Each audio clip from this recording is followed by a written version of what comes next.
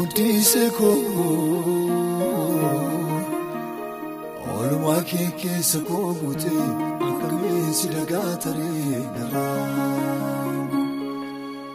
Olma keke sako gute akame sidagatare gara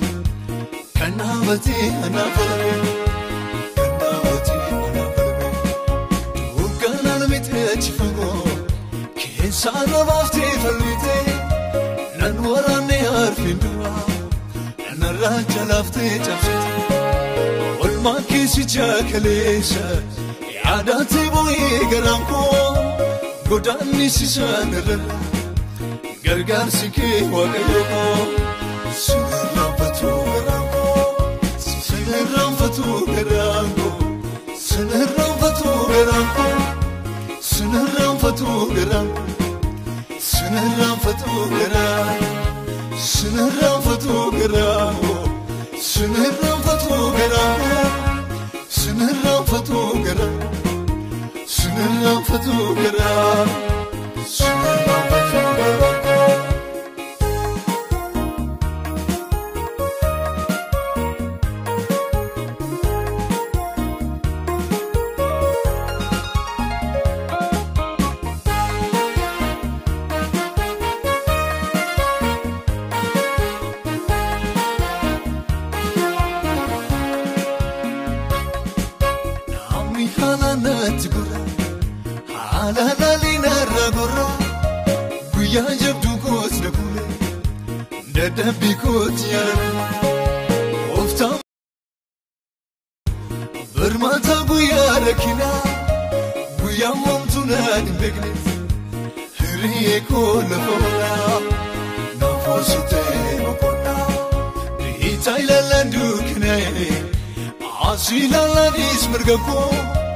Aliner kamu cucate, hikamu nabe falako, salvina suam nejete, wakarar gite kabuko, lapsi lendidikte, nafaresite waiko, sinirraanfatu garanko, sinirraanfatu garanko, sinirraanfatu garanko, sinirraanfatu garanko. Sinirraanfatu garanko, sinirraanfatu garanko, sinirraanfatu garanko, sinirraanfatu garanko, sinirraanfatu garanko, sinirraanfatu garanko.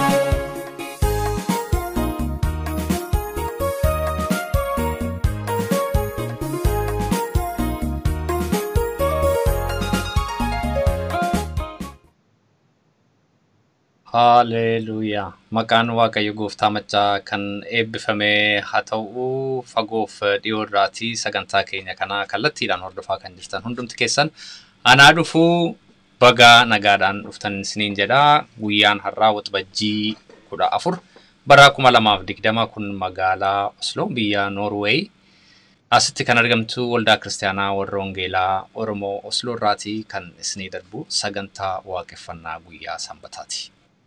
Waaqayyo isa guyyaa kana nuu kenne, isa haala kana nuu mijeesse, isa immoo nagaa fayyaadhaan nu eegee guyyaa har'aa nu eegee guddisnee galateeffannaa. Isinis immoo iddoo garaagaraa kan jirtan guyyaa har'aa Waaqayyo wajjin wal arguuf, Waaqayyo irraa dhaga'uuf, Waaqayyoon waaqessuuf kan nu wajjin yeroo kana qabaachuudhaaf dhuftan hundumti keessan anaa dhufu Waaqayyo isa hunduma keenya eegeef nagaaf waaqayyo hunduma keenya eegeef ulfinni guddaan isaaf galanni guddaan isaa haa ta'u waaqayyoon guddisnee galateeffanna. Egaa warri sagantaa kanaa kallattiidhaan hordofaa jirtan namootni sagantaa kanaan arganne immoo akka isaan argataniif akkasin share gootan nan amana.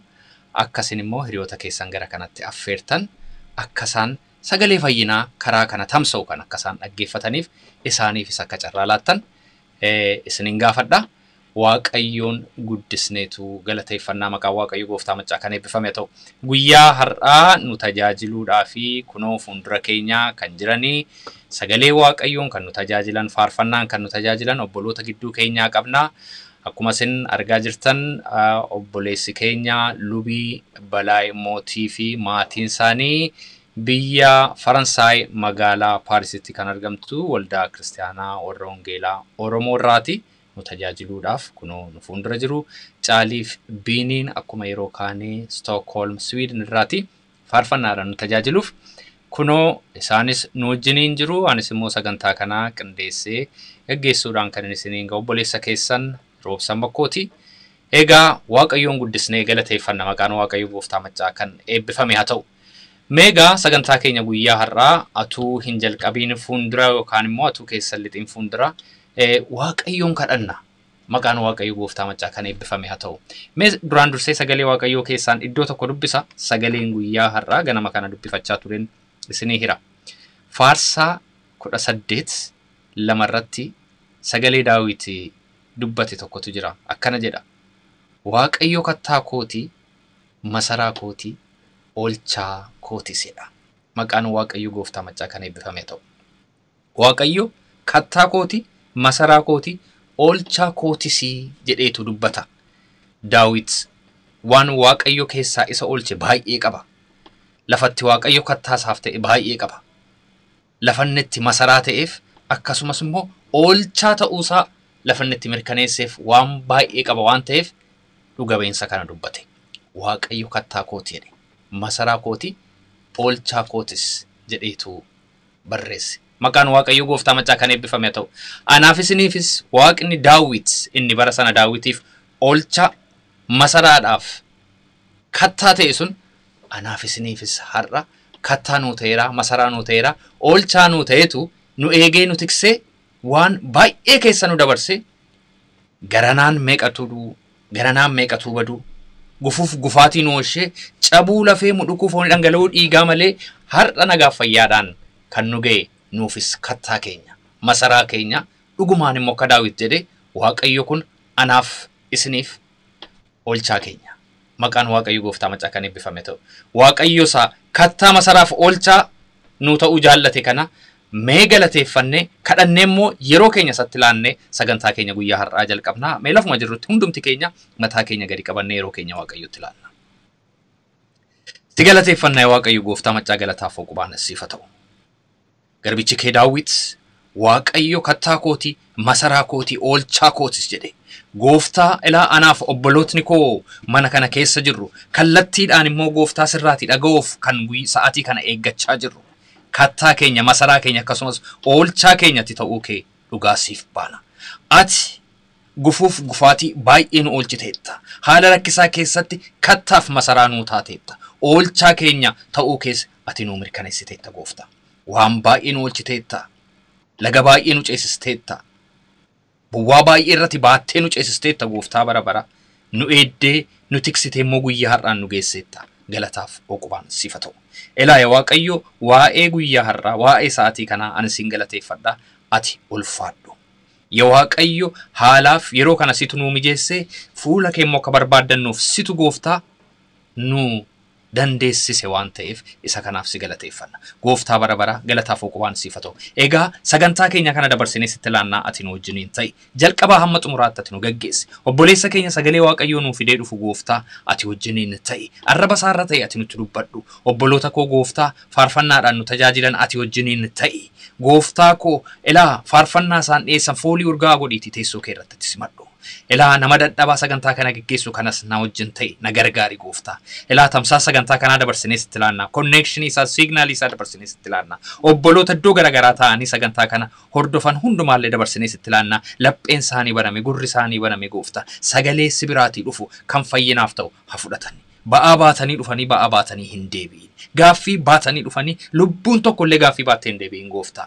Egaa calqabaaf xumura sagantaa keenyaa atofii keetii to'adhu, atofii keetii gooftaa nu geggeessi maqaa gooftaa Yesuus Kiristoos nama Naazreeti. Amen. Haleluuyaa. Waaqayyoon guddisnee galateeffannaa. Egaa amma kallattiidhumaanii obbolooti koo biiniidhaaf caaliinii waaqeffannaadhaan sagantaa keenyaa itti nu fufuu. Egaa yerootti sagalee waaqayyoo dhageenyu qabna, yerootti waaqayyoon faarsinu qabna, yerootti immoo waaqayyoon bal'inaan kadhannu qabna. Walumaa galatti hafuurri qulqulluun argamuun isaa jira iddoo kana. Nutti dubbata, nu tuqa, nu gaggeessa. Mee waaqayyoon waliin waaqessina. Haleluuyaa. Tole maqaan waaqayyo gooftaa kan eebbifame haa ta'u duraan dursinee nagaa waaqayyoo iddoo isin jirtan hundumaatti nagaa isiniif dhiyeessuu barbaadna. Nagaan waaqayyoo bakka jirtanitti isinii wajjin haa ta'u. Amma kallattiitti walii wajjin waaqayyoo waaqeffannaa haala keessa jirru waan hundumaa keessatti waaqayyoo oolchaadha. Maqaan waaqayyoo kan eebbifame haa ta'u.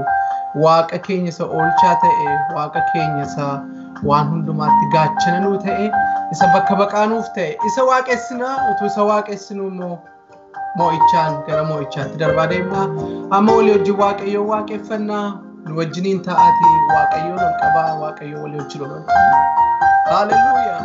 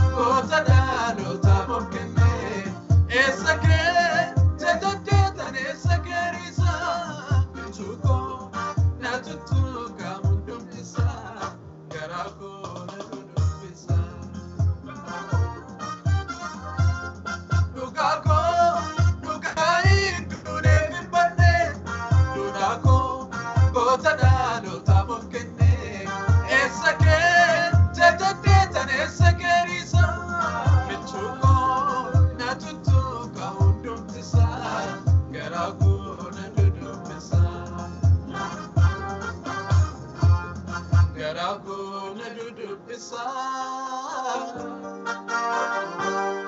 Garako na dudubisa. Garako na dudubisa. Garako na dudubisa.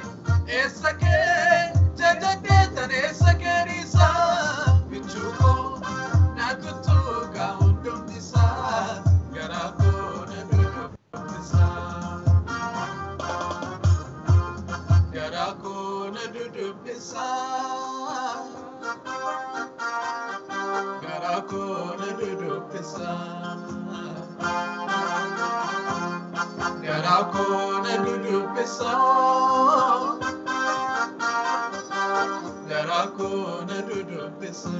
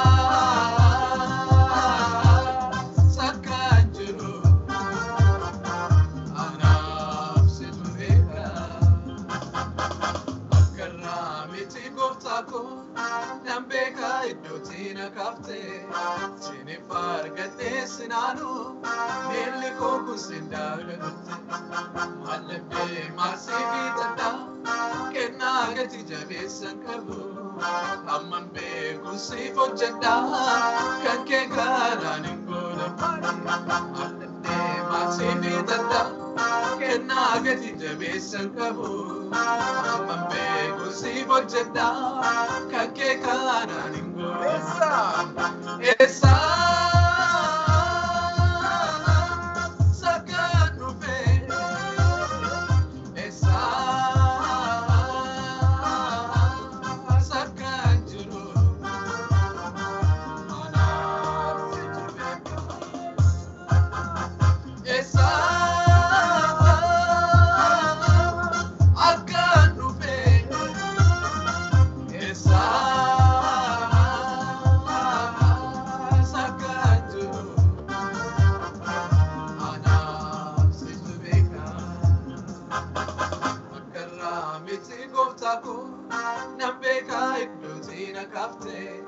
sini fargate sinanu miliko kusindalutte malbe malsifi tada kenna gati jabesan kabu amman be kusifo jada kake kana akara miti goftako nambe kai dotina kafte sini fargate sinanu miliko kusindalutte malbe malsifi tada kenna gati jabesan kabu amman be kusifo jada kake kana ningolo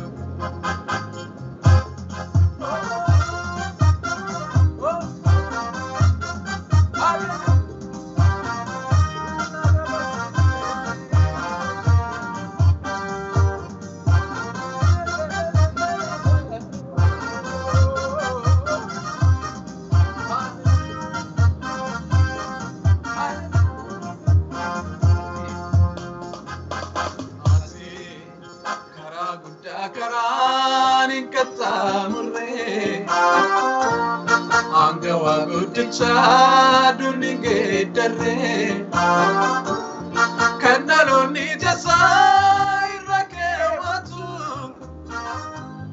burkato kichane budama kutu joram beyanate sina jajatu dadaba jabate sina jajatu lambarate sina jajatu joram beyanate sina jajatu dadaba jabate sina jajatu wala lambarate sina jajatu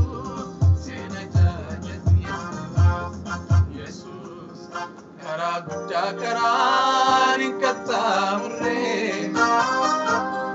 angawa gudcha duninge darre kanaloni jasai rakewatu burkato kichare burama butu joram beyanate sina jajatu sina jajatu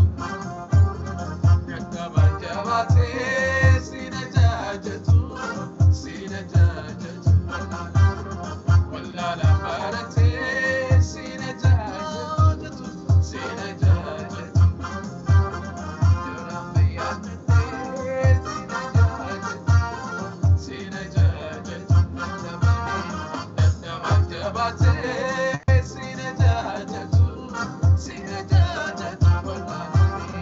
wala lambarate sina jajatu Jesus kara gudda karani katamure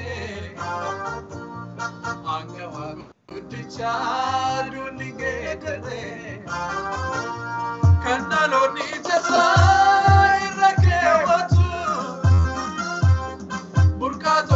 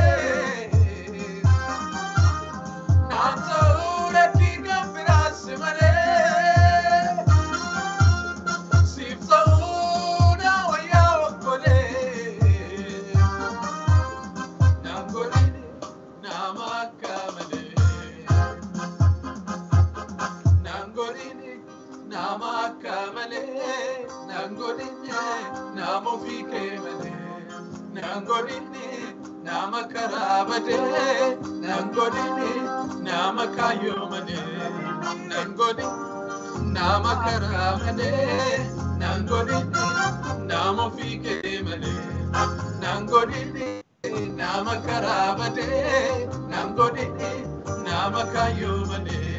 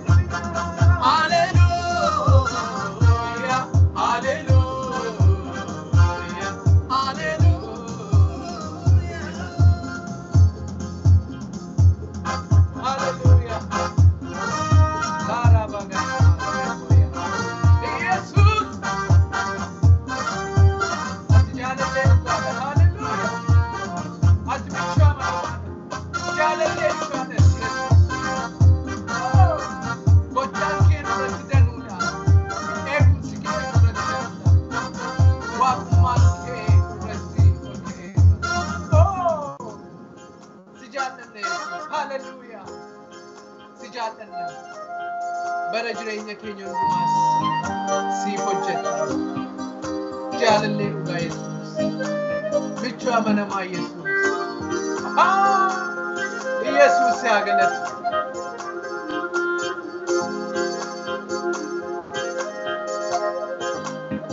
Amen.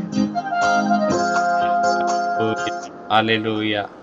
Maqaan Waaqayyo Gooftaa Maccaa kan eebbifame haa ta'u. Caaliif Biiniin Waaqayyo Gooftaa Maccaa guddisee isin haa eebbisu. Inni dargagguma keessaniin akkas bareechee mana isaa keessa isin dhaabe hamma dullumaatti isin wajjin haa ta'u. Maqaan Waaqayyo Gooftaa Maccaa kan eebbifame haa ta'u. Waaqayyoon eebbisnee galateeffannaa firoottan koo. Waaqayyo nu gargaaraa jira nu eebbisaa jira Biiniidhaaf Caaliidhaaf wajjin Waaqayyo waaqeffachuudhaan sagantaa keenya jalqabnee sagantaan keenya ammayyuu itti fufa. Atu gara sagantaa keenya sattaanutti seeniin fuuldura garuu beeksisa waldaa kiristaanaa ani dubbadha. Beeksisa waldaa kiristaanaa irraatii dhufe akkuma hundumti keessan beektanii ji'oota 3 darbanii fi waldaa kiristaanaa keessatti walitti qabamanii walii wajjin ta'uudhaan akka duriitti waaqeffachuun sababa dhukkuba COVID-19 irraan kan ka'e hin danda'amne kanaafi sararratti wal tajaajilaa akka kanatti wal tajaajilaa turreerra amma garuu Waaqayyo nu gargaaree torbee dhuftuu waxbajjii 21 kaase waldaan keenya wal argitee walii wajjin waaqeffachuu jalqabuu ishee yeroo isinitti beeksisnu dhugumaan gammachuu guddaatu nutti dhaga'ama Waaqayyoof galanni guddaan isaa haa ta'u. Waldaan keenya akkuma durii sa'aatii 16tti lafa dur walgeenyu waldaa Obsal warri as naannoo Oslo jirtan beektu achitti walgeenya garuu ogeessota fayyaatii fi mootummaa biraatii seerri yookaanis immoo wanti ba'ee jira isa eeguun immoo baay'ee barbaachisaadha yeroo gallee teenyu meetirii tokko walirraa fagaannee teenya garuu maatiin mana tokko keessa waliin jiraatu akkuma durii walii wajjin taa'uu danda'a yeroo ol seenamuu harka ofii akkuma hundumti keessan gootan harka keenya sanitize goonee alkooliidhaan harka miiccanneetu ol seenna ijoollee waggaa 13 gadi immoo ammas namni sirriitti isaan eegu waan yaraa ta'eef ammaaf manuma turu garuu akka kanatti walgeenyee Waaqayyoon waaqessuu jalqabna inni kun baay'ee namatti tola sakanaaf Waaqayyoon guddisnee galateeffanna kanarratti yoo gaaffii qabaattanii luba waldaa bilbilli as minjala screenii kanarra jira bilbiltanii haasofsiisuu dandeessu sagantaan keenya inni illeen waldaatti walgeenyee kan nu waliin waaqeffannu ji'a 3 booda waxbajjii 21 ta'a. Egaa biyyoota garaagaraa keessattis haaluma wal fakkaataa COVID-19 warri wal argitanii waliin waaqessuu yaadaa jirtan Waaqayyo haala mijeessaa jira haalli kun hin darbaa isinis akkuma kana wal geessanii Waaqayyoon hin waaqeffattu jenneetu amanna. Garuu karaa kallattii sararratti wal tajaajiluun keenya bifa garagaraanii itti fufa jedheen yaada Waaqayyoon karaa danda'ame hundumaa hin tajaajilaa wal tajaajilaa wangeela hin labsina isa kana hin dhiisnu. Maqaa Waaqayyo Gooftaa Maccaa kan eebbifame ta'u amma kallattiidhumaan gara ergaa sagalee Waaqayyootti seenaa har'aa akkuma sila dubbadde ergaa sagalee Waaqayyoo kan nuuf fidanii dhufan luba Balaay Mootiitii biyya Faransaay Paarisitti kan argamtu waldaa Oromoo irraati lubi Balaay maatii isaanii wajjin kunuuf fuuldura keenyatti dhiyaataniiru waan isin dinquu biyya Faransaay keessatti bara dheeraadhaaf waldaan Oromoo hin jiru ture isa kana baay'ee Waaqayyoon kadhanna turre hin hawwina turre fuuldura Waaqayyootti kun kadhatuma keenya guddaa ture garuu Waaqayyo kadhataa keenya kana nu dhagee waggootii darban kana keessa waldaan Oromoo biyya sanatti jabaattee lubni Balaayifaas dhufanii kuno Waaqayyoon afaan keenyaan waaqessaa jiru isa kanaaf Waaqayyoon guddisnee galateeffannaa har'a Waaqayyo carraasaa nuu kenne kuno nu tajaajiluuf fuuldura keenyatti dhiyaataniiru anaa dhufuu luba Balaayiif guutummaan maatii keessanii maqaa waldaa kiristaanaa keenyaan nagaa isin gaafadha. Amen. Nagaan Waaqayyo isiniif baay'atu. Amen. Amen. Waaqayyo na eebbisu eebbifamaa faarsaadhaan isa eebbifamneerra gooftaaf galanna ta'u. Amen. Akkuma obboleessi keenya roobsan jedhee nuyi biyya Paaris jirraa waldaa burqaa jireenyaa afaan Oromoo hedduuf tajaajilla.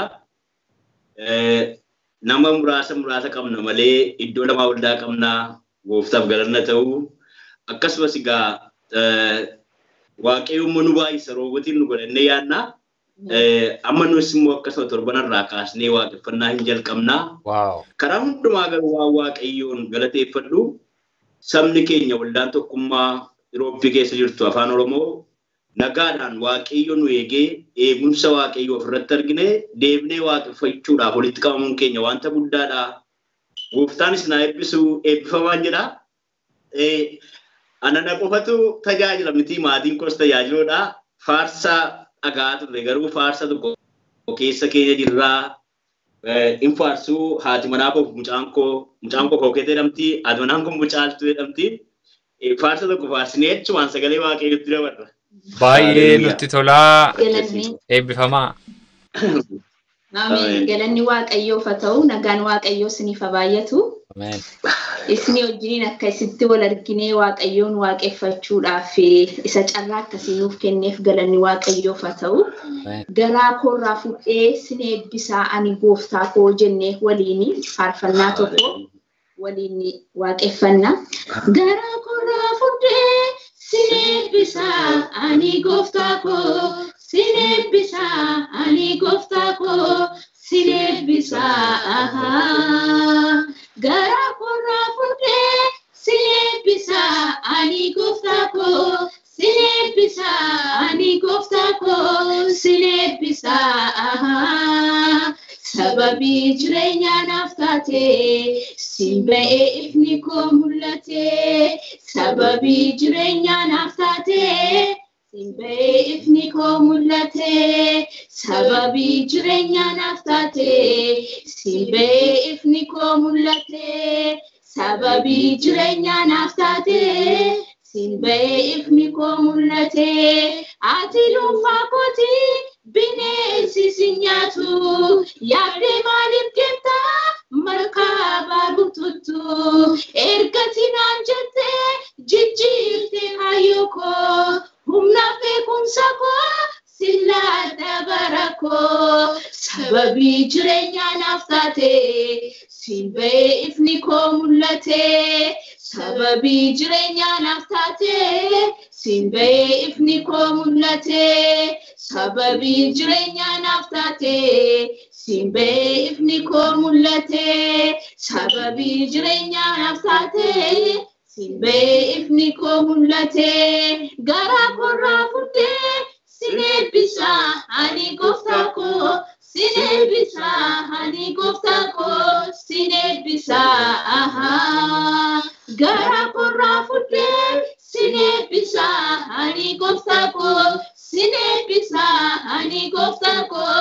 Sin eebbisaa sababii jireenyaa naaf taatee sin ba'ee ifni koo mul'atee sababii jireenyaa naaf taatee sin ba'ee ifni koo mul'atee sababii jireenyaa naaf taatee sin ba'ee ifni koo mul'atee sababii jireenyaa naaf taatee sin ba'ee ifni koo mul'atee ati dhuunfaa kootii bineensi si nyaatu yaabdee maaliif deemtaa markabaa bututtu ergati naan jettee jijjiirtee kaayyoo koo humna beekumsa koo sillaadha bara koo sababii jireenyaa naaf taatee sin ba'ee ifni koo mul'atee sababii jireenyaa naaf taatee sin ba'ee ifni koo mul'atee sababii jireenyaa naaf taatee sin ba'ee ifni koo mul'atee sababii jireenyaa naaf taatee sin ba'ee ifni koo mul'atee. Haleluuyaa. Ameen. Waaqayyo sinaa eebbisu. Waaqayyo gooftaa maccaa. Namni waaqayyoon. Ameen. Ameen. Ameen. Ameen. Haleluuyaa. Ameen. Ameen. Haleluuyaa. Ameen. Haleluuyaa. Ameen. Waaqayyoon hin kadhanna. Haleluuyaa. Reela boshira la borila abore de borila abos afura waaqayyo eskere de borila aboshira la bore de borila abos afura waaqayyo Re labo shirra labori la abore de bori la abos nuyolirra faganne jirra ati garuu lafa nuyi jirru jirta la fura qulqullu ila fura waaqayyo siwama ila nama kan jirtu jireenya nama kan hiiktu gaaffi namaaf deebii kan laattu re labo shirra labore de era labori la abore de bori la abos la waaqayyo sinkaradha la waaqayyo sinkaradha la amma maqaa Yesus Kiristoosin arkike lafa nuyi jirrutti afurrike lafa nuyi jirrutti maqaa Yesus Kristos namana ageetin irreen kenni jiraataan nu argatu afurrike ni jiraataan nu argatu waanjoon hajaccabu hidhaan haciramu ibeen maqaa Yesus Kristosin fayyina argatu la waaqayyo re labo shirra labore de era labori la abos la afurrike waama ila arkake waama ila gooftaa irree keen waama maqaa Yesus Kristos namana ageetin arkike afurrike lafa isaan jiranitti maqaa Yesuusin isaan adottuko humni kee maqaa Yesus Kristosin jireenya obboloota koo aaressu la waaqayyo gooftaa ati waaqayyo isa qofaa kee wanta dinqisiisaa gootudha jireenya koo keessatti jireenya obboloota koo keessatti warra si dhagaan keessatti qofaa kee maqaa Yesus Kristosin jireenya isaanii keessatti mana isaanii keessatti maatii isaanii keessatti waldaa isaanii keessatti waaqayyooti maqaa Yesus Kristosin wanta dinqisiisaa godhi re labo shirra labore de era labori la abos la waaqayyo ani qofaa koo wanta dinqisiisaa jireenya keessan irratti mana keessan irratti naannoo sin jirtan hundumaatti ani waaqayyo wanta dinqisiisaan godhanaan jedha waaqayyo re labo shirra labore de era labori la abos rilamas ila waaqayyo wanta dinqisiisaan godhadha ila waaqayyo wanta dinqisiisaan godhadha ila waaqayyo naannoo sin jirtanitti qe'ee sin jirtanitti waaqayyo ani wanta dinqisiisaan godhanaan jedha waaqayyo ani qofaa koo wanta dinqisiisaa godhadha waaqayyo mara labo shirra labore de era labori la abos reskere de era labos la waaqayyo ani wanta dinqisiisaan godhadha ani ede waaqayyo wanta dinqisiisaan godha naan jedha waaqayyo harki waaqayyo arka waaqayyo irree waaqayyo fayyisu waaqayyo humna waaqayyo maqaa Yesus Kristosin naannoo nu jirrutti qeenu keessa jirrutti waldaanu keessa jirrutti an qofaa koo wanta dinqisiisaan godhatteetta qofaa kee ati gochuu dandeessa maqaa Yesus Kristosin harki keef yaa waaqayyo gooftaa irreen kee maqaa Yesusin nurratti mul'atu amen ati waaqayyo ati gooftaadha ati jiraataadha la Iyyoob akkas jedhe ani dhaga'uu dhageen ture amma garuu ija kootiin arge jedhe dhaga'uu dhageen ture amma garuu ija kootiin argedha waaqayyo obboleessa koo akkasiin jedha siinee obboleessa koo akkasiin jedha waaqayyo eeyyee waaqayyo akkasiin jedha baratti dhageesse raawwateera ammede waaqayyo wanta siif kakadhe wanta sitti dubbadhe ija keetiin arguu jalqabda naan jedhe waaqayyo ija keetiin arguu jalqabdaade waaqayyo harka kee mirgaa diriirsitee waaqayyo itu harka kee keessa waa buusu afurru waaqayyo natti agarsiise waaqayyo bara baay'ee waaqayyo kakadheeraa fedhe dubbadheeratti jedhe hammanni ede waaqayyo re labos ila innati gagatte innati dubbatte maaliif narratti hin taane itte waanati yaadde waaqayyo akkasnaan jedhe amma de waaqayyo ta'uu jalqabanaan jedhe waaqayyo amma isatti dhageesse ija keetiin si agarsiisu jalqabanaan jedhe waaqayyo harka kee keessa dhufeeti waa buun arga waaqayyo cufaa kee nan banadhe waaqayyo ulaa waaqaan sirratti banadhe waaqayyo sinii kanaan jedhe waaqayyo re labo shirra labori la abos reskere de bori la abos la waaqayyo takkasnaan jedhe nani kanaan jedhe waaqayyo nani kanaan jedhe waaqayyo amen wanta sigalaa cufamaa qoqollofamee taa'e waaqayyo natti agarsiise waaqayyo nani kanaan jedhe waaqayyo nani kadhe waaqayyo harka namaatu irra jira harka namaatu irraa siif kaasanaan jedhe waaqayyo harka namaa irraan siif kaasate waaqayyo amen Sadhagaa turte ija keenis sitti agarsiisa ija keen argita kana booda edha Waaqayyo. Galanni finni guddaan isaa siif haa ta'u. Harki keen irratti jireenyi keenya siinatti qabu humni nu argatu hidhaan keenya hiikamu gaaffiin keenya adeemu ulfinni kee qofti nurratti haa ta'u. Maqaa Yesuus Kiristoosiif jettee ameen. Ameen. Waaqayyo galanna ta'u sagalee Waaqayyoo dubbadhaa. Sagalee Waaqayyoon dubbadha. Sagaleen Waaqayyoo lafan dubbadhu macaafa qulqulluu isin qabdan isin beektanidha. Akkasidha dubbiin Waaqayyoo yaada Waaqayyoo beeku wanta jedhu irratti dubbadha. Macaafa Ermiyaas raajichaa boqonnaa 29 lakkoofsa 10 kaaseen dubbadha. Waaqayyo akkuma dur dubbadhee ture waggaa 70 mootii Baabilooniif erga hojjettanii booddee isinis nan yaadadha. Akkuma dur isin abdachiisee tures gara biyya kanaatti isin nan deebisa. Yaada ani isiniif yaade anuma duwwaatu beeka. Innis yaada nagaaf yaada wanta isin gara fuulduraatti eeggattan isiniif raawwachuuti malee yaada isin balleessu miti.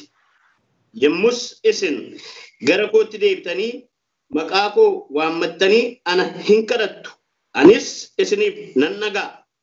Isin ana hin barbaaddattu. Garaa keessan guutuudhaan yoo ana barbaaddattan ana in argattu. Anis immoo akkasin ana argattan nan godha. An Waaqayyo boojuu keessan isinii nan deebisaa.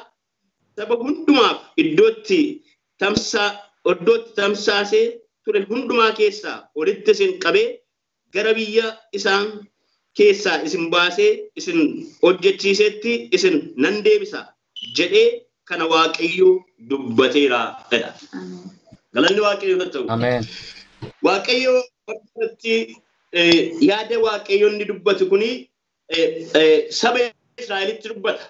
Ermiyaas raajichatu yaada Waaqayyo saba sanaaf qabu jecha Waaqayyo saba sanatti dubbachuu barbaadu. Waan Waaqayyo dubbatu saba sanatti dubbata. Sabni sun boojuu keessa jira. Baabiloon keessatti booji'amanii jiru. Waaqayyo duraan dursee akka isaan waggaa 70 achitti booji'amanii ta'an dubbateera Waaqayyo. Waggaan 70 yeroo ga'u immoo akka yaadataman Waaqayyo itti dubbateera. Kanaafitu raajiin Ermiyaas dhaqeetu saba sanattitu dubbatuutu yaada Waaqayyootu itti dubbatuutu argina. Waaqayyo sitti maal jedhaanii yaadan isiniif yaade anuma duwwaatu beekadha. Sababiin isaa Baabiloon keessa yeroo isaan ta'anitti raajonni baay'een kaanii yaada Waaqayyootu hin ta'in Waaqayyoon itoo hin dhagahin Waaqayyo akkasiin jedhanii saba Israa'eliin rakkisaniiru, dhiphisaniiru. Ermiyaas kun immoo raajii dhugaa raajii Waaqayyoon dhagahu nama Waaqayyoon dhagahu ture gatii ta'eef Waaqayyo sabni isaa akka rakkachaa jiru, dhiphachaa akka jiru yaada walaalammiidhaan yaada isa biraan taaneen akka jeeqamaa jiru argeetu Waaqayyo maal godhe Ermiyaasin gara isaaniitti erge. Ermiyaasin gara isaaniitti ergeetu waggaan 70 yeroo ga'u ani isinii yaadadha.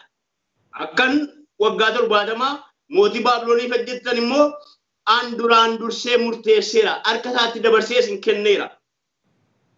Sababii cubbuu keessaniif sababii yakka keessaniif dabarsee isin kenneera. Jedheetu Waaqayyotu dubbatutu argina. Amma waggaan 70 ga'utti garuu dubbiin koo dhugaadha waan ta'eef waanan jedhe dhugoomsee jala mureen dubbadhe gatii ta'ee fi ammasittiin harkuma isaa jala turtoodee Waaqayyotu dubbatutu argina. Kanaaf iyyuu yaada dhageessan hundumaan yaada dhageessaniin hin jeeqaminaa ofisin rakkisinaa ofisin dhiphisinaa aan guyyaan isin yaadadhu waggaan 70 gaafa ga'u isin yaadadha Waaqayyo. Waaqayyo bara keessatti nama yaadata. Ameen. Yeroo nama yaadatu Waaqayyo maal godhaa?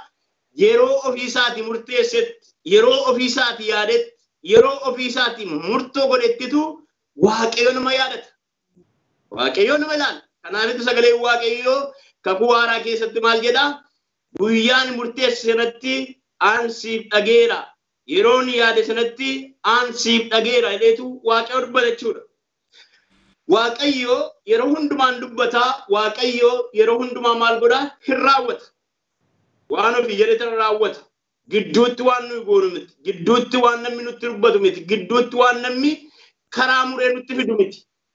Kanaafitu Waaqayyo maal jedheeni yaadan isiniif yaade anuma duwwaatu beekadhe Waaqayyo. waaqayyo yaadan nuuf yaadu akeekan nuuf akeeku kan beeku isa qofa akka ta'etu dubbata. Karaa tokko ergaan kun Israa'eloota qofatu laallata. Sababiin isaa isaanitti dubbatee waaqayyo kan booji'ame waggaa 70 harka mootii Baabiloon keessa kan turu isaan. Yeroo sanatti sana ga'uu dide isaan. Har'a immoo karaa tokko waaqayyo yaada nuuf qabu yookaan immoo akeeka nuuf qabu ofii isaatii akka nuuf beekutu waaqayyo nutti dubbata. Yeroo baay'ee bara nuyi keessa jirru kana keessa rakkinni guddaan yaada waaqayyo nuuf qabu ofii keenya beekurraa waaqayyorraa hubachuurraa yaada waaqayyo nuuf qabutu akka nama mana qaalluu dhaqu nama barbaaddanneerraa dhaga'uudhaan gaariidha. Nama dhaga'uun gaariidha. Ayyaana waaqayyo nama keessa kaa'een ol tajaajiluun irraa dhaga'uun gaariidha. Garuu waaqayyo yaada siif qabu siimatti hima. Waaqayyo yeroo sitti dubbatu waan si keessa jirutu sitti dubbata. Waan bakkee hin jirre, waan si keessa hin jirre, waan ati hin beekne fidee sitti gadi naqu waaqayyo. Waan ati beektu, waan ati hubattu, waan ati ofii keeti garaa keessa jirtutu deebisee sitti dubbata waaqayyo. Kanaafitu Israa'eliin maal jedhee gidduutti waan baay'ee hin dhaga'inaa, gidduutti waan baay'eedhaan hin dhiphatinaa. Aan duraan durseeni isinitti dubbadde waggaa 70 harka namaa keessan teessu dabarsee isin kenneera. Waggaan 70 yeroo dhumutti immoo maaliin godha isin yaadadhaa. Isin yaadadha jeetu. Kanaaf immoo yaadan isiniif yaadu immoo anumatu beeka. Yaadan isiniif yaadu immoo anumatu beeka. Yaadan isiniif yaadu inni beekuun immoo yaada gaariidha malee yaada qajeelaadha malee yaada isin miidhu miti. Innis immoo yaada gara fuulduraatti isiniif ta'uudha. Deetu waaqayyo dubbata. Waaqayyo akkas jedheetu dubbata. Kanaaf waaqayyo yeroo dubbatu gaa yaadan isiniif yaade anuma duwwaatu beeka. Innis yaada nagaaf yaada wanta isin gara fuulduraatti argattanidha. Isiniifis raawwachuuti malee yaada isin balleessu gara. Amman ta'u garuu yaadan isiniif yaadu yaada gaariidha, yaada nagaadha, yaada gara fuulduraatti immoo isiniif ta'uudha. Amma isa sin dhageessan amma isa ofumaatii dubbatamaa jiru miti. Ani isiniif hin godhaa. Yeroon ofii kooti murteessetti, yeroon ofii kooti yaadetti, yeroon ofii kooti akeeketti isiniif hin godhaa. Waan ani isiniif godhu immoo wanta gaariidha. Wanta isiniif godhu immoo wanta qajeelaadha. Wanta isiniif yaadu immoo yaada gaariidha waaqayyo dubbata. Waaqayyo yeroo hundumaa yaada gaarii namaaf qaba. Yeroo hundumaa yaada nagaa namaaf qaba. Yeroo hundumaa yaada qajeelaa namaaf qaba.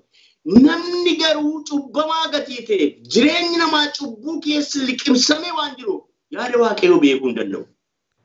Namni yaada waaqayyoo beekuu hin danda'u. Sababiin isaa wanta biraadhaan liqimfamnee wanta biraadhaan qabamnee yaada waaqayyoo dhaga'uudhaaf beekuun nu rakkisa. Yeroo baay'ee waa tokko fakkeenya tokko dubbadhaan akkasiin dubbadha.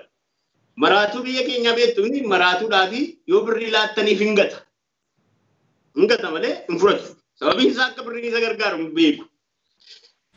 Darbee immoo inni maraatuu yoo isin itti haasoftaniis carraa isiniif hin kennu. Maal godha maraatuuni callisee moo fi haasaa malee carraa namaaf hin kennu. Uma dubbata malee carraa namaaf hin kennu. Kiristaanummaan bara nuyi keessa jirru bifa maraatummaa qaba. Waaqayyootti anneetu biddeen naa kennu bishaan naa kennu kana naa kennu sana naa kennu malee maal hin goonu waaqayyoon ati immoo natti dubbadhu hin nageenye. Waaqayyoon ati natti dubbadhu waaqayyoo hin nageenye. Waaqayyoo anatti hin dubbataa hin amannu. Waaqayyoo karaa namaa natti dubbata laataa inneetu karaa fagoo hin. Garuu gooftaa Yesuus Kiristoos maal jedhee hooloti koo sagalee koo beeku anis immoo sagalee hoolota koo nan beeka. Obboloota koo an sagalee kana irratti dubbadhamu inni nuuf waaqayyo gidduu namni dhaabachuun nu barbaachisu.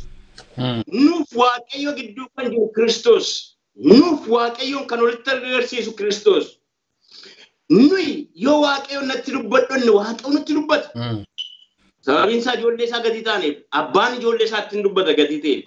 Kanaaf yaada waaqayyo nuuf qabu akeeka waaqayyo nuuf qabu akka nu hin beekneef kan nu qabu kan gidduu godhu yoo jiraateef cubbuu yoo gidduu jiraateef yaada waaqayyoof akeeka waaqayyo nuuf qabu beekuu hin dandeenyu hubachuu hin dandeenyu.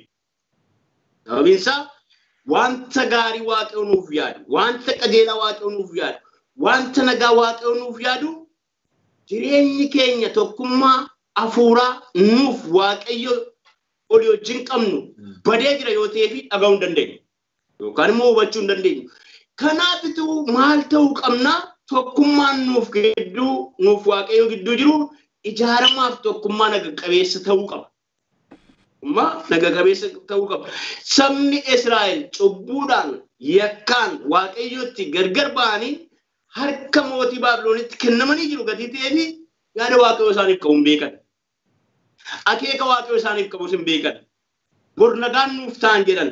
Bor waaqayyo nu yaadataan jedhan. Bor waaqayyo deebisee nu ijaaraan jedhan. Dabarsee nu kenneeraniitu callisanii ma jiraatu jechuudha. Kanaaf waaqayyo immoo garuu maal jedha? Ani yaada nagaan isiniif qabaa. Yaada qajeelaan isiniif qabaa. Yaada gaariin isiniif qabaa. Innis immoo gara fuulduraatti kan isiniif ta'uudha. Jedheetu waaqayyo dubbata. Yeroo sanatti jedhe waaqayyo isin na kadhattu anis immoo maalin godha? Isinin dhagaa jedha waaqayyo. Galanni waaqayyo haa ta'u. Ulfinni maqaa isaa haa ta'u. Yeroo sanatti isin na kadhattu ani immoo maalin godha? Isinin dhagaa. Garaa keessan guutuus na barbaaddattu anis immoo isinittin argamaadha waaqayyo. Garaa keessan guutuu na barbaaddattu anis immoo isinittin argamadha. Sagalee waaqayyo macaafa isaa irratti akkas jedha. Ani gara sagaraan isaa cabaaf ana fuulduratti ollatu nan ilaala jedha waaqayyo. Waaqayyo gara nama garaan isaa cabee jiru, gara nama isa fuulduratti hafuurri cabee jiru, garaan isaa cabee jiru, yaanni isaa cabee jiru, gara nama akkasii ilaaluu jaallata waaqayyo. Gara nama akkasii imillachuu jaallata waaqayyo. Kanaaf egaa Israa'elotaan waaqayyo waggaan 70 ga'u. Yeroo inni ga'utti isin yaadadha. Yeroo inni ga'utti maalin godha? Isinin yaadadha. Waggaan 70 yeroo raawwatu aniyyuu isinin yaadadha. Aniyyuu isinin ilaala. Isin yeroo isin barbaaddattu anis immoo isinitti mul'adha. Anis immoo akkuma isin na argattan nun godha. Ani waaqayyo boojuu keessan isinin nan deebisa. Yeroo sanatti jedhe waaqayyo yeroo isinitti mul'adhu sanatti yeroo isin garaa keessan guutuu barbaaddattanitti yeroo isinitti argamu sanatti aan yeroo sana boojuu keessan isiniif deebisaadha. Galgala kana maqaa Yesuus Kiristoosiin boojuun nama baay'ee hadeebuuf. Ameen. Baay'eedhaafi boojuun isaa deebi'u. Wanti isin jalaa boojame galgala kana garaan keessan waaqayyo wajjin tokkummaa gaarii godhatu isiniif immoo hadeebi'u. Namoota dhagaan hundumaaf boojuun isaanii hadeebi'u. Boojuun kan inni deebi'u garuu gatii ameen jenneen miti. Waaqayyo maal jedhee garaa keessan guutuu na barbaaddattu anis immoo nan argama. Boojuu keessanis immoo isiniin deebisa. Biyya isin keessatti tamsaatan hundumaa keessa gara biyya keessaniitti isin deebisa. Waaqayyo Israa'elitti kana dubbateera. Dubbateen isni waaqayyo maal godhe waaqayyo hin raawwateef waaqayyo. Israa'elitti akkuma dubbate waggaan 70 yeroo ga'e isaan yaadate biyya isaan keessa jiran hundumaa keessaa isaan deebise. Kadhata isaanis hin dhageef waaqayyo. Nuuf immoo waaqayyo gara fuulduraatti yaada maalii nuuf qaba? Yeroo dubbadha. Nuuf waaqayyo gaa Israa'eliif isa kana godheera. Waaqayyo Israa'eliif kana godheera. Kana itti dubbateera. Waaqayyo nuuf immoo gara fuulduraatti amma jireenyi biyya lafaa kanarra jiru, jireenyi kiristaanummaa biyya lafaa kanarra jiru. Gara fuulduraatti waaqayyo inni makiinaa hin qabne makiinaa naaf kennaa eeggata. Inni mana hin qabne immoo mana naaf kennaa eeggata. Inni hin fuune immoo haadha manaa naaf kenna eeggata. Inni hin heerumne immoo abbaa manaa eeggata. Waaqayyo garuu kanarra kan caaleedha. Waaqayyo waan xiqqoo nu yaadnu, waan xiqqoo nu ofuma hawwinu miti. Waaqayyo sana garasitti yaada nuuf qaba. Waaqayyo yaada inni nuuf qabu gara fuulduraatti yaada maalii nuuf qaba? Isa jedhu irratti dubbadha.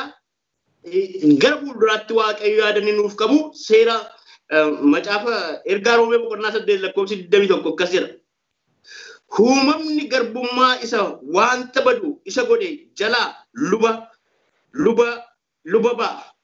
Luba ba'uun kun birmadummaa gara ijoollee waaqayyoo warra ulfina qabaniitti hin geessaadha. Waaqayyo yaada inni gara fuulduraatti uumama hundumaaf qabu dhala namaaf qabu inni birmadummaa isa ijoolleen waaqayyoo argatanitti geessuudhaaf uumama hundumaatu wanta isa garboomse jedha wanta isa balleesse jedha uumama hundumaa fi birmadummaa fida Waaqayyo gara fuulduraatti yaada Waaqayyo dhala namaaf qabu wanta gaarii dhala namaaf fiduudha yookaan immoo akeeka gaarii yaada gaarii namootaaf inni qabu inni birmadummaa uumamni garbummaa isa wanta badu isa godhe uumama garbummaa isa wanta badu isa godhe jala luba baasa Waaqayyo uumama hundumaatu luba baasa Waaqayyo luba bahuun kun immoo birmadummaa gara ijoollee Waaqayyo gara birmadummaa kun immoo gara ijoollee Waaqayyo birmadummaa gara ijoollee Waaqayyo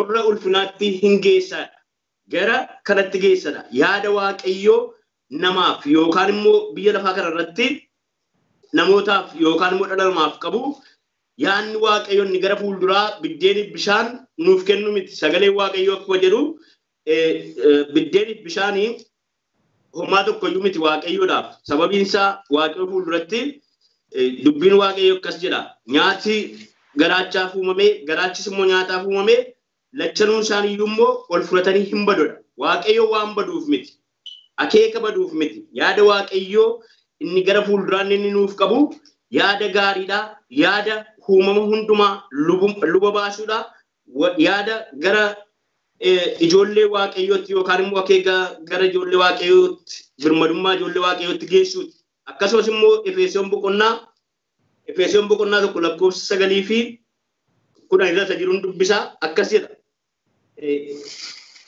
Waaqayyo waan isatti gaarii fakkaate karaa Kiristoos itti yaadee of dura kaatee ture ammas dhoksaa fedha isaa kanaa nu biratti akka beekamu godhe barri murame yemmuu guututti Waaqayyo akka ittiin fayyinuuf akeekeetti wanta bantii Waaqaa keessa jiru wanta lafarra jiru wanta hundumaas harka Kiristoos jalatti walitti hin qabaadha akeeki Waaqayyo yaanni Waaqayyo yaada gaarii inni gara fuulduraatti dhalootaaf qabu irratti amanneef qabu ijoollee Waaqayyoo taaneef qabu wanta hundumaa harka Kiristoos jalatti walitti qabuudha wanta hundumtuu harka Kiristoos jalatti yeroo walitti qabamu immoo akkuma sagaleen Waaqayyoo jedhu immoo wanta Kiristoos argate hundumaa immoo nus maal ta'uudhaaf jirra argachuudhaafitu jira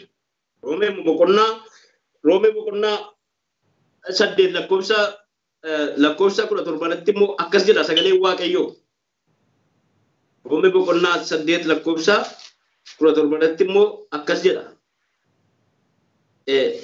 nuyi ijoollee Waaqayyoo erga taanee warra waan hundumaa argatan hin taana waan kana hundumaas Waaqayyo biraa in arganna Kiristoos wajjin erga dhiphanne isaa wajjin immoo ulfaachuudhaaf waan Kiristoos argatu hundumaa isaa wajjin in argannaadha waan Kiristoos argatu hundumaa isaa wajjin in argannadha aaltuu irmaattuu mootummaa Waaqayyoo taanachuudha wanta badurraati wanta gatiin qabneerraati wanta bordhimuuf jirurraati Waaqayyo Kiristoos wajjin aaltuu mootummaasaa yookaan immoo aaltuu waan Kiristoos Yesuus argatu hundumaa isaa wajjin akka argannutu Waaqayyo nutti dubbata yookaan immoo sagaleen Waaqayyo karaanitu nutti dubbata akkasumas dubbiin Waaqayyo Isaayaas boqonnaa 11 lakkoofsa 4 kaasee sagaleen Waaqayyo waan dubbatutu qaba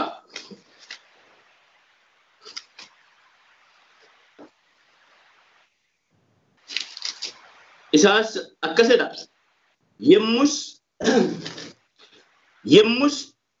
yemmus yeeyyin ilmoo hoolaa gidduun jiraata qeerransi ilmoo reetti gidduu in ciisa jabbiiniif leenci saaballi olii wajjin hin bobba'u mucaa xiqqoonis isaan in tiksa saawwiif amaaketii olii wajjin in soorratu joobirriif ilmooleen amaaketaa ol bira hin ciciisu leencis akka qotiyyoo cidii in nyaata mucaan arma hodhuu hoolaa boolla marrataa bira in taphata inni arma gu'ees harkasaa manneen buutii keessa hin kaa'a tulluu koo isa qulqulluu irratti nama kan miidhu yookiis waa kan balleessu hin jiruudha. Tulluu koo isa qulqulluu irratti nama kan miidhu yookaan immoo waa kan balleessu hin jiruudha.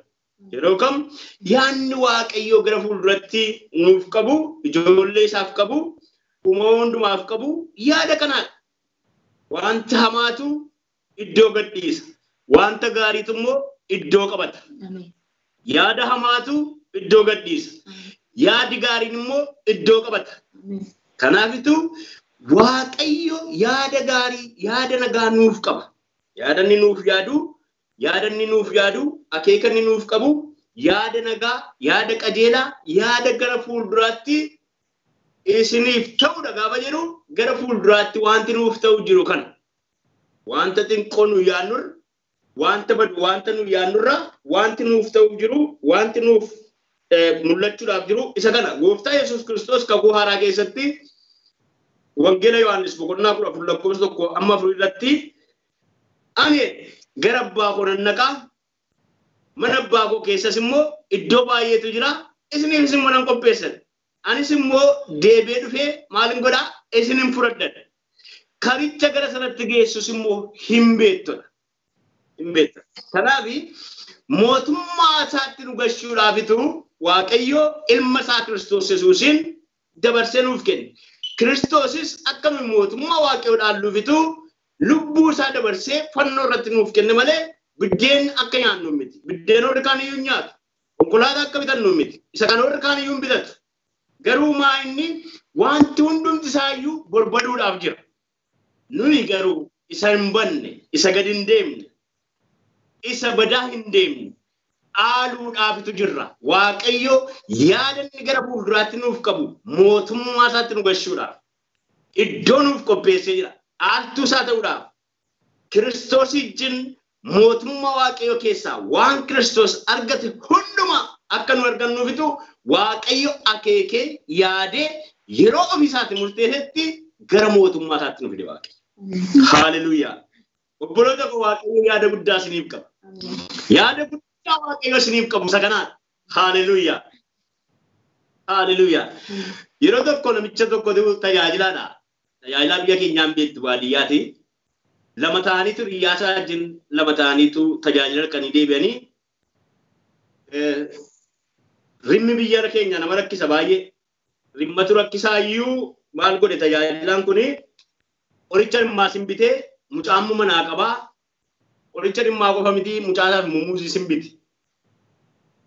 Amma lama ta'anii magaafamna ga'an mucaan gaama abbaasaatti fi gobbaasaa dubbisee abbaan isaa muuzii sii fidee dhufeetii muuzii kana yaaddoodhaan. Mucaan muuzii dhiiseetu tummi sarka abbaasaati keessa jiru sana ilaala. Naanitu lakkii am kana nyaadhu yoo kana naa laatte maleedha. Lakkii kan ammaa siif hin kennu siif hin ta'u kuni yaa mucaa godha tajaajilaan sun. Innaan mucaan iyyee lafa dheetu maraati. Wayii sirri. Innaanitu akkasii namichi. Yaa mucaa koo yoo duute sin duuta malee ani kana siif hin kennu yoo siif kenne si miidha si ajjeesaa jedhu. Galgala kana waa tokko isiitti hima. Namooti baay'een Waaqayyo namaa yoo kana naa gochuu baatte neematu iyyinee magadan Waaqayyo nu dhorkata. Sababii Waaqayyo isin dhorkatu waa tokko isiitti hima. Wanti sun itu Waaqayyo isinii kenne isin ajjeesa. Wanti sun itu Waaqayyo isiniif kenne itu argattaniiti isin ajjeesa. Anamma wanta nama miidhuu mucaa koof hin kennu akkoo namicha sana. Waaqayyo immoo nu ijoollee isaa gadi taaneef maalin godhu wanta isin boossanii maaliif nu dhorkatteettan kanaa gadi isin ajjeesuutu isin dhorkate Waaqayyo. Namoota sagalee kana dhaga'anitti nan dubbadhaa. Wanta namni uwwedee boo'ee dhiisuu didee Waaqayyo waan inni dhorkatee fi jibbaaf ituu hin taane miidhuuf ituu hin taane Waaqayyo gatiin isa ajjeesuuf isa dhorkate. Gatii isa ajjeesuuf isa dhorkate. Kanaaf namoota Waaqayyo yaadi Waaqayyo namaaf qabu biyya lafaa kana keessatti amma kiristaanummaan biyya keenya keessa jirus biyya Yurooppii kana keessa jirus namni waan xiqqoo tokkotti waaqayyoon tilmaama. Waaqayyo waan inni nu yaadu wanta guddaa wanta gara fuulduraatti nuyi argachuun irra jiru lubbuu jireenya keenya mootummaa isaatti geessee jireenya bara baraa nuuf kennudha. Nummoo biddee yoo dhabneen komannaa bishaan yoo dhabneen komannaa biyya Yurooppii keessa immoo warqata yama jireenyaa yoo dhabneen komataa waan baay'ee yoo dhabneen komanna garuu waaqayyo yaada gaarii nuuf qaba. Yaada nagaa nuuf qaba.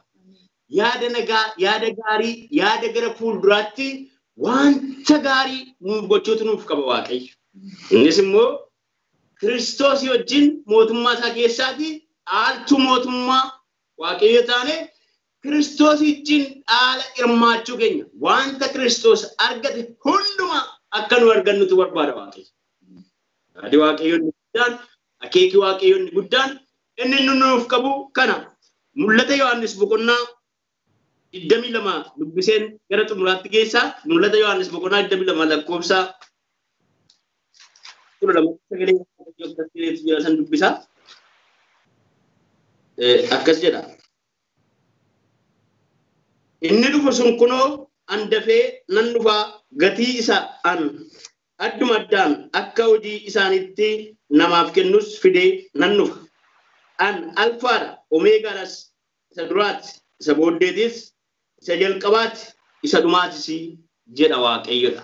Isa dhumaatis isa jalqabaati jedha. Waaqayyogaa yeroo dhufu tokko tokkoon namaaf immoo maal fidee dhufa? Akka badhaadhummaa isaatti akka hojii keenyaatti tokko tokkoo fi keenyaaf badhaasa yookaan immoo gonfoo nuuf fidee dhufa waaqayyo. Kanaafitu kan nu dhamaanuuf kan nu jiraannuuf waaqayyo amma nakoo keessatti waa tokko hin beeka. Ijoollee koon akkasin jedha. An wanta isin dhaalsisu tokko hin qabu.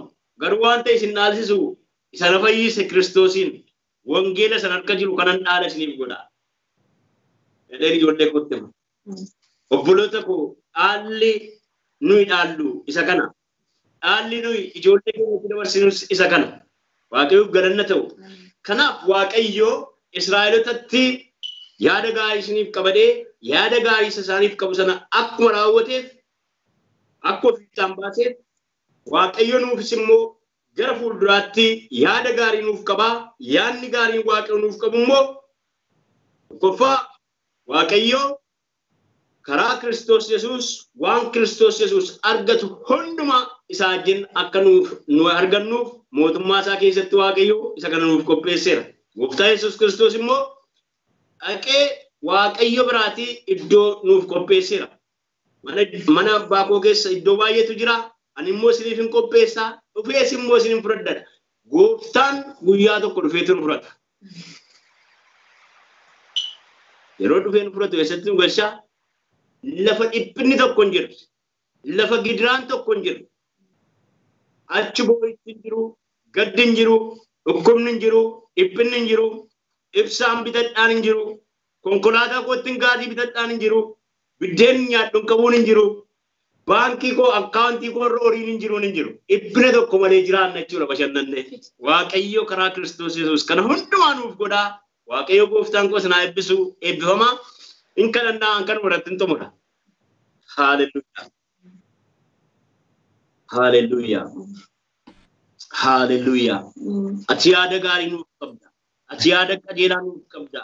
Yaada gara fuulduraatti wanta gaarii nuuf gochuudhaaf nuuf qabda.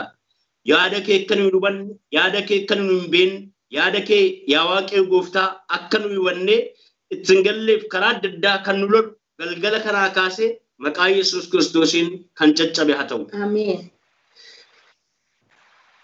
Akka dubbiin kee jedhu yaada garaa keessanii lafa Kiristoos Yesuus jiru mirga Waaqayyo abbaatti hidhaa biyya lafaa irratti yaada garaa keessanii ni dhinaa akkuma jedhu gooftaa galgala kanaa kaasnee namoonni sagalee kee dhagaan obbolooti koo maqaa Yesuus Kiristoosiin yaanni garaa keenyaa lafa Kiristoos Yesuus jiru mirga Waaqayyo abbaatti akka hidhamuuf maqaa Yesuus Kiristoosiin ansin kadhadha.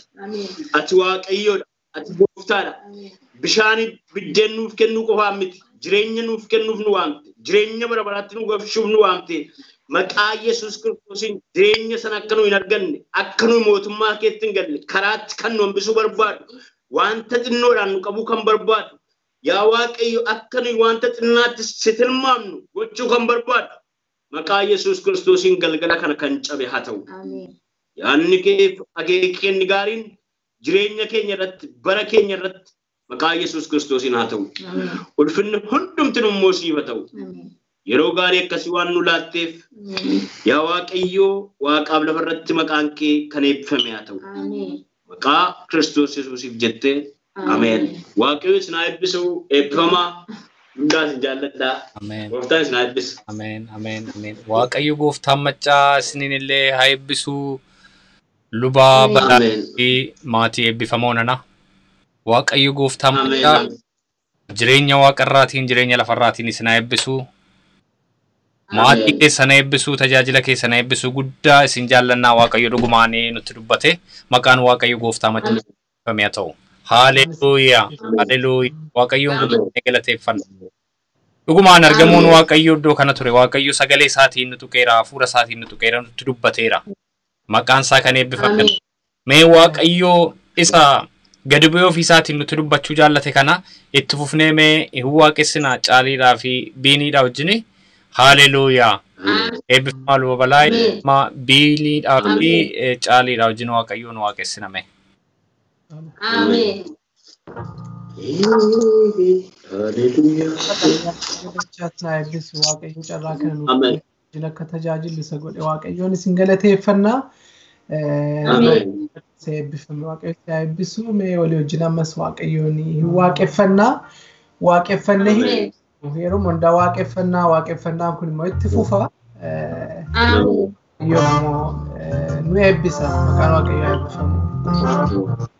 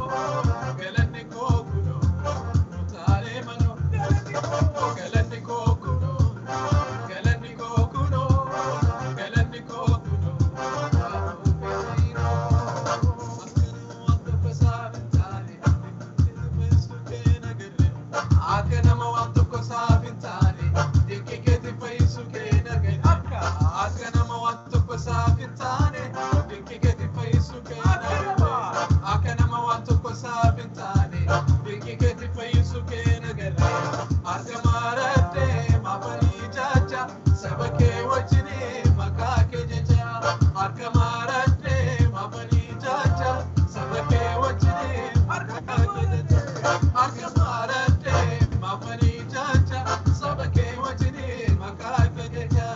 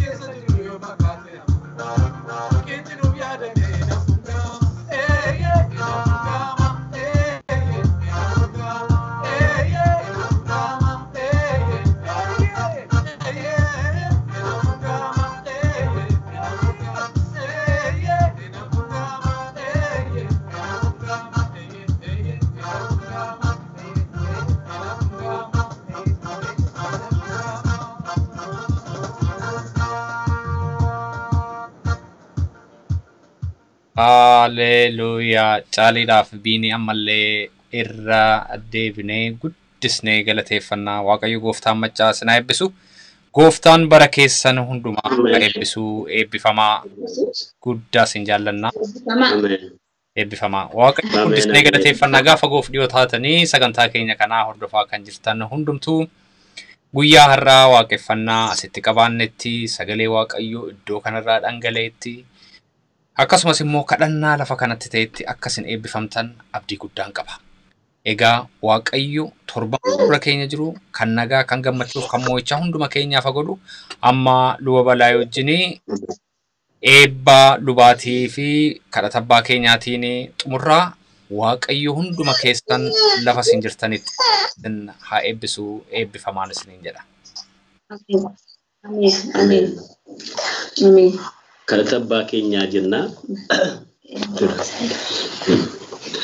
Yaa abbaa keenyaa waaqarra kan jiraattu maqaan kee qulqullaa'u mootummaan kee dhufu jaalalli kee waaqarratti akka ta'e akkasuma lafarrattis haa ta'u nu buddeen kee irraa nuuf kenni yakka keenya nuuf dhiisi nus kee akka dhiisi qorumsatti nu gashin hamaa nu oolchi malee mootummaa hankeetiyoo humnis galannis bara baraan ameen. Harka keessan gara Waaqayyootti ol kaasaa eebba Waaqayyoo fudhadhaa. Waaqayyo isin haa eebbisuu.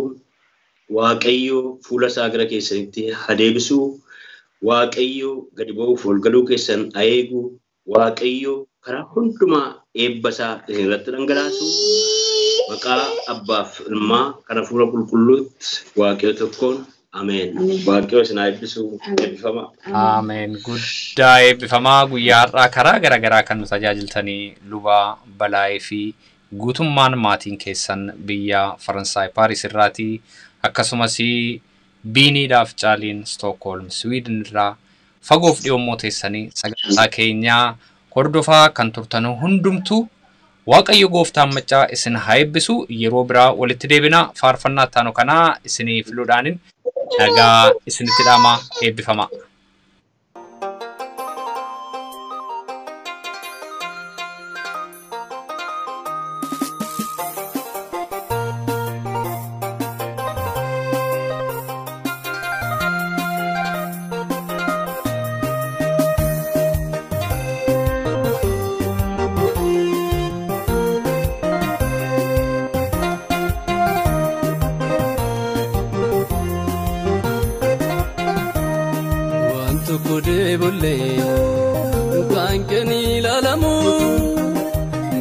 Sibilani karan kujufamu kanenyu fingalle manam kabda kara ani walgite sita tapasana wakayo no wakayo kanenyu fingalle anam kabda kara ni walgite sita tapasana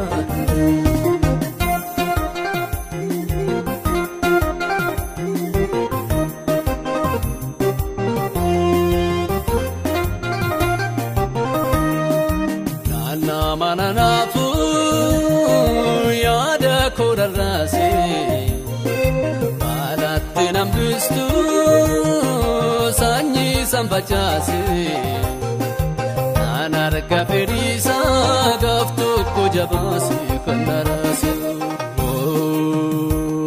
Wakayo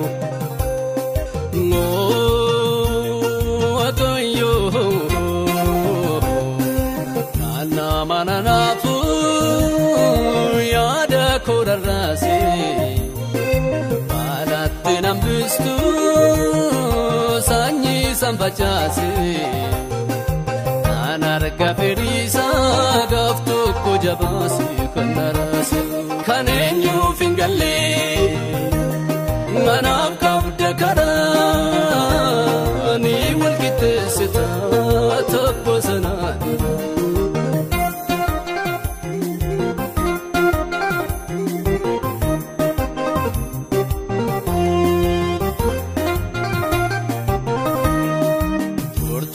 Nondoma wakayo siyarka Ichiki wakayo wano katanarka Abadde si ega dino tawalaka nagargarika Wakayo wakayo Fortune wanondoma wakayo siyarka Ichiki wakayo wano katanarka Abadde si ega dino tawalaka nagargarika Kanenyu fingalle anaf kabda kara Ni walkite sita tabbasana